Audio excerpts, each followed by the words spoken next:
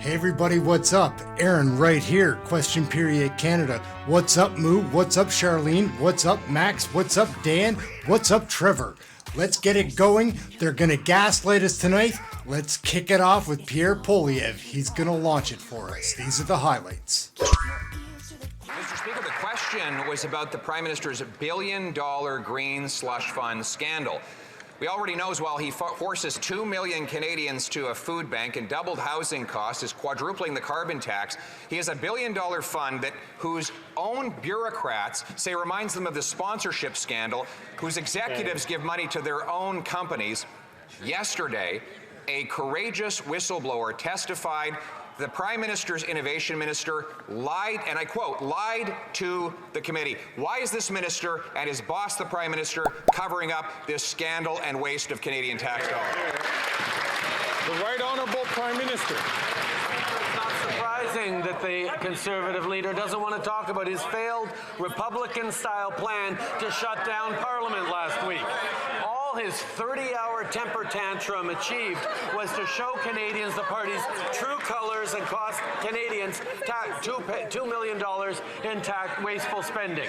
The Conservative Party tried to cut affordable childcare, cut construction of affordable housing, and defund the police and Canada's armed forces. While they want to bring us back to the Stone Age, we'll stay focused on Canadians. The Honourable Leader of the Opposition. So if Poilievre asks a question about groceries or housing costs, and the response from Trudeau is about the Ukraine or United States Republican right-wing politics, I'm being gaslit, that's for sure. Up next, we've got Rick Perkins. He has a question for FPC. FPC is also lighting us up.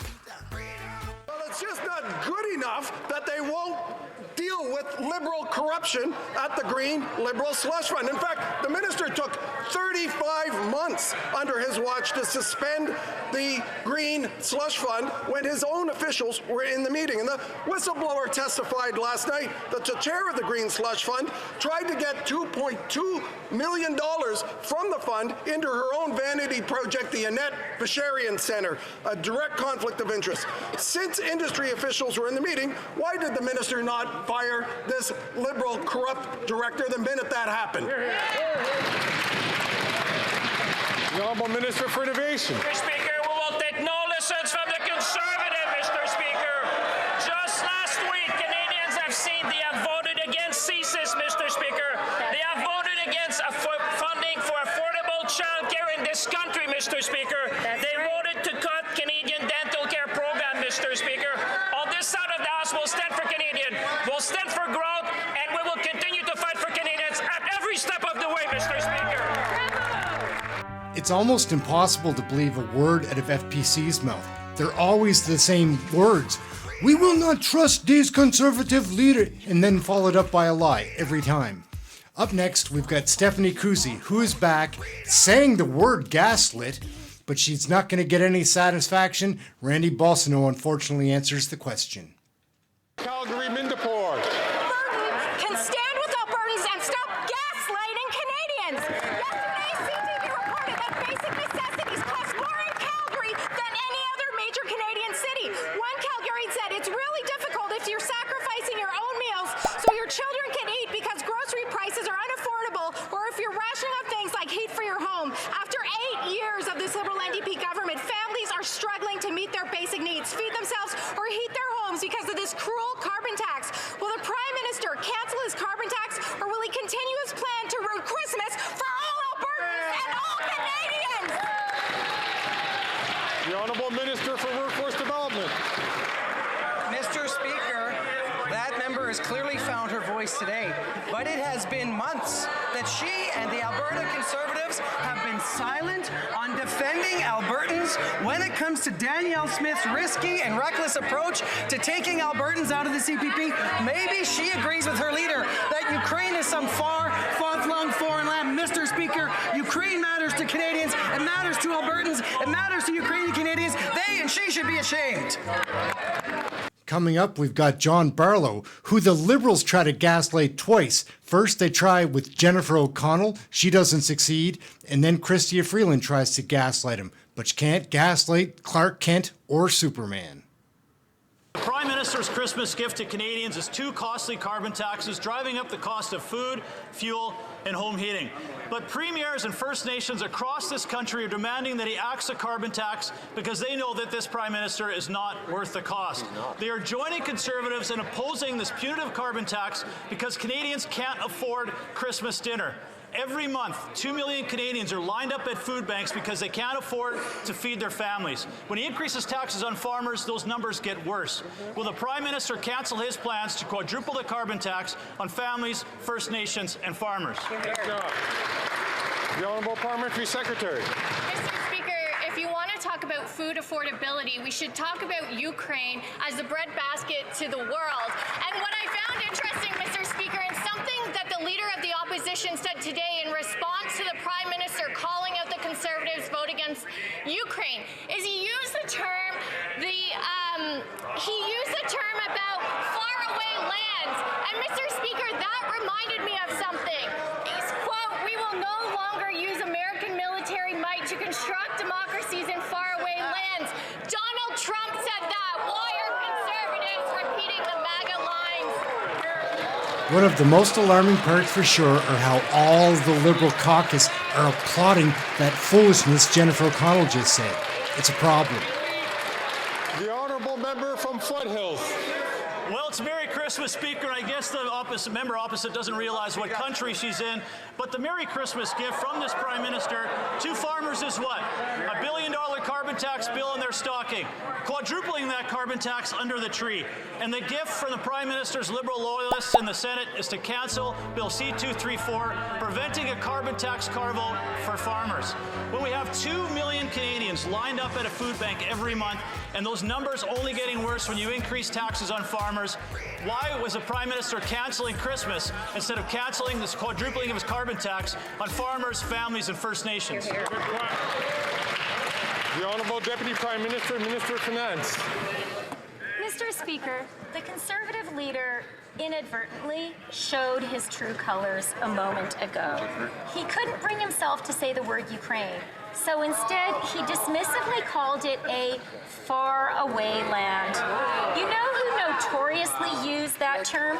Neville Chamberlain. In 1938, when he infamously described Germany's invasion of Czechoslovakia as a quarrel in a faraway country between people of whom we know nothing.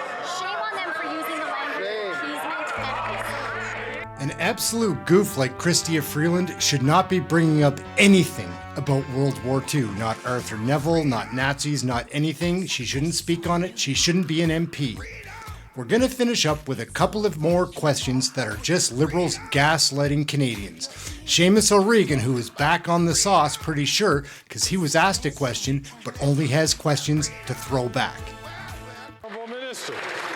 Mr. Speaker, are we meant to believe that the other side of the House, in their zeal to vote against a carbon tax that they see as harming farmers, that they would vote against all funding for Canada's poultry, egg, and dairy farmers? Is that a way to support farmers? Is the way to support First Nations to cut all housing for new housing on reserve for First Nations? Is a way to help families to cut affordable child care and affordable dental care? No one believes them, Mr. Speaker. No one believes them. So I guess if you can't gaslight them with pregnant ladies and people with Nazis in their family, send in a senior citizen. Maybe he'll be able to gaslight the crowd. Minister for Agriculture and Agri-Food. Sadly, Mr. Speaker, the official opposition voted against all agricultural programs last Thursday evening. But again, they showed their true colours on how they feel about Atlantic Canada and Prince Edward Island when they voted against the funding for the replacement vessel for the Wood Islands Caribou Ferry Service, a vital link between Prince Edward Island and Nova Scotia. I can assure Prince Edward Islanders and Nova Scotians that this government will continue to support a two-vessel system for that vitally important service. Thank you, Mr. Speaker. The most heartbreaking part to me is that when I started watching politics again, I had an open mind and I thought I might be able to trust some of these people. Jenna Sudds is a perfect example. She's gone sour, she's gone rogue, she's turning into a typical Liberal cabinet minister. It's not good. If the Conservatives actually do care about supporting families, their actions last week speak differently, and actions speak louder than words, Mr. Speaker.